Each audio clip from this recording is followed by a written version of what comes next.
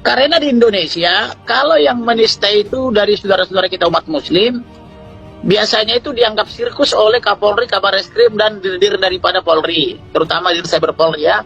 Artinya kalau dari kalangan umat Islam yang menista Kristen dan Katolik, itu dianggap suatu kewajaran atau dianggap sebagai dakwah, kan begitu, dakwah ya. Tapi kalau apa namanya umat Kristen atau Katolik misalnya menjawab, itu penistaan. Nah ini kan bertentangan dengan prinsip-prinsip hukum. Salah satu prinsip yang dilanggar di sini adalah equality before the law, ajas persamaan di hadapan hukum. Padahal konstitusi kita sudah mengatur bahwa setiap warga negara bersamaan hak dan kedudukan di muka hukum dan pemerintahan. Kemudian juga melanggar Undang-Undang HAM, sementara kita sudah meratifikasi Konvensi Internasional tentang HAM, yaitu lahirnya Undang-Undang nomor 39 tahun 1999, kan begitu ya. Jadi bahwa apabila umat Kristen digebukin, ditutup gerejanya, sudah 1000 lebih ditutup di zaman Jokowi, itu selalu dianggap biasa-biasa saja, itu sebagai tontonan yang menarik. Malah yang lebih menarik lagi adalah ketika gereja HKBP Philadelphia ditutup paksa, kemudian gereja GKP Yasmin ditutup paksa, mereka beribadah 8 tahun di halaman istana Jokowi. Jokowi tidak melihat itu 8 tahun beribadah di halaman istana itu sebagai pelanggaran HAM. Tetapi ketika Israel dan Palestina baku hantam, Jokowi langsung melihat itu pelanggaran HAM berat. Bahkan uang negara ini langsung dikucurkan oleh Jokowi buat bantu Palestina melawan Israel. Tetapi Jokowi tidak ada membantu gereja misalnya untuk membangun atau mendapatkan izinnya. Kemudian umat Islam itu bebas beribadah di mana-mana, apakah itu di masjid, apakah itu di musola, bahkan di jalanan, kan begitu, bebas mereka, dan itu tidak perlu izin. Tetapi umat Kristen dan Katolik saya perhatikan harus mendapatkan izin sesuai pasal 14 itu SKB 23 Menteri nomor 9 dan nomor 8 tahun 2006. Nah ini yang tidak adil. Kemudian dalam mendapatkan izin ini, pertama harus ada pengguna 90 orang sesuai pasal 14. Yang kedua, harus ada izin daripada 60 orang atau masyarakat sekitar, adalah dari umat muslim ya, harus ada persetujuan 60 orang di atas meterai 6.000 atau 10.000 sekarang ini. Kemudian harus ada rekomendasi dari FKUB. Kemudian barulah bisa dimohonkan kepada Pemda, itu pun belum tentu diberikan.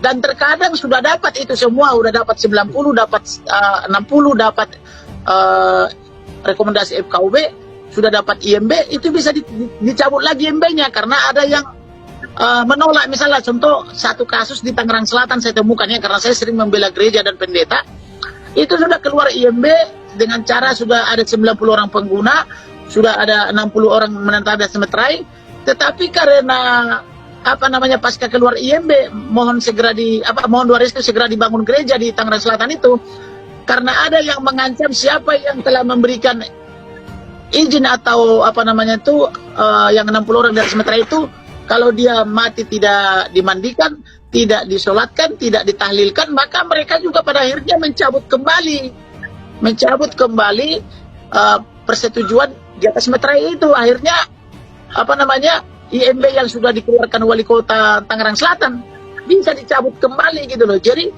bagaimana berbangsa dan bernegara seperti ini? Hak asasi manusia kita didasarkan pada tanda tangan orang di atas meterai. Sedangkan kita ini bukan anak tiri daripada republik ini. Seperti saya lah misalnya. Negara Indonesia ini berdiri karena peran opung saya. Itu selalu saya katakan kepada putra-putri Soekarno karena saya pengacara mereka. Hey, negara Indonesia ini berdiri karena opung saya juga. Kalau ditangkap Belanda waktu itu pejuang, bahkan 2 diantaranya dibunuh. Jadi kami bukan anak tiri ya, tapi anak kandung juga, kan begitu. Tetapi dalam perlakuan Kristen, Katolik, dan agama lainnya itu selalu dianggap bukan anak kandung.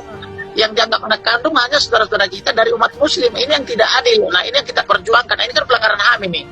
Dan pemerintah selalu pura-pura nutup mata kalau terjadi pengerusakan gereja, seperti katakanlah misalnya kemarin waktu Natalan di Lampung ditutup, kemudian sebelumnya di Damas Raya Padang sana, kemudian tahun ini juga Januari di Pulau Batam, bahkan minggu lalu di Ranca Ekek Bandung kan gitu, gereja KBP ditutup lagi. Dan pemerintah biasanya pura-pura nggak tahu, jadi artinya punya mata tak melihat, punya telinga tak mendengar, begitu. Ini yang kita anggap sebagai pelanggaran HAM gitu loh. Inilah yang saya minta supaya Pak Saifuddin membicarakan ini di forum internasional, supaya negara-negara beradab memberikan perhatian, sehingga Pak Jokowi tidak hanya melihat bahwa pelanggaran HAM itu hanya ada di Palestina dengan Israel, kan begitu. Begitu kira-kira Bapak. Ya. Mengapa harus ke Eropa, Pak? Apakah tidak bisa di Amerika saja, Pak? Di Amerika kan ada HAM internasional, ada Amnesty Kalau Internasional, ada di PBB.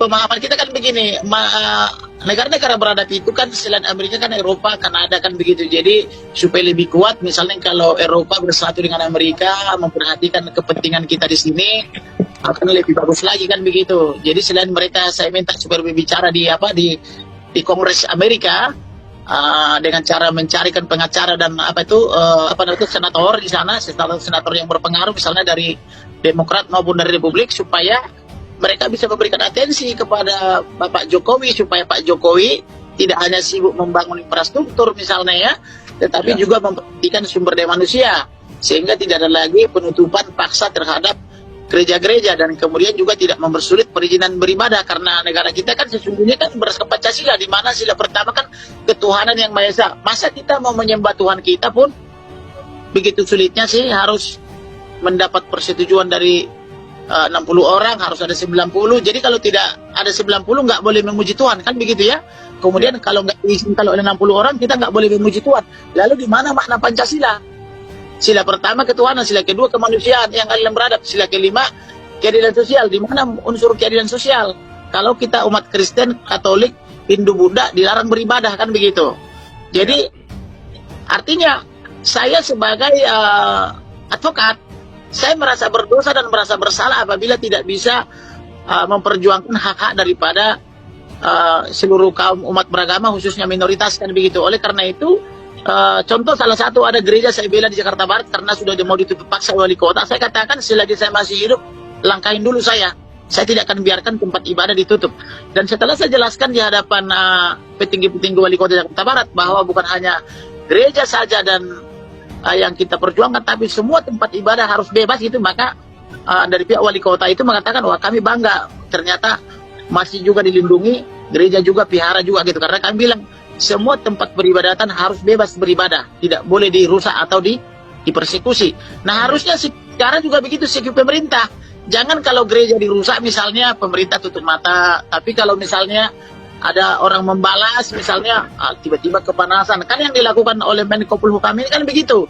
Ketika para ustadz kiai sebagian besar menista agama Kristen, bahkan setiap tahun, setiap Desember mengatakan halal mengucapkan Natal, yang Natalan adalah Kristen tapi yang kepanasan adalah saudara-saudara kita sebagian umat Islam, kan begitu ya, dengan mengharamkan Natal itu. Maka saya tengok itu mulai dari presiden, wakil presiden sampai menteri-menteri pura-pura nggak tahu aja, tetapi ketika ada yang membalas langsung dituduh penistaan. Nah, inilah pelanggaran HAM berat, inilah standar ganda dari penerapan hukum kita. Ini yang saya tidak mau. Jadi saya mau bahwa seluruh warga negara bersamaan hak dan kedudukan di muka hukum dan pemerintahan. Apakah dia muslim atau non muslim harus boleh beribadah, karena itu merupakan hak asasi manusia, kan begitu.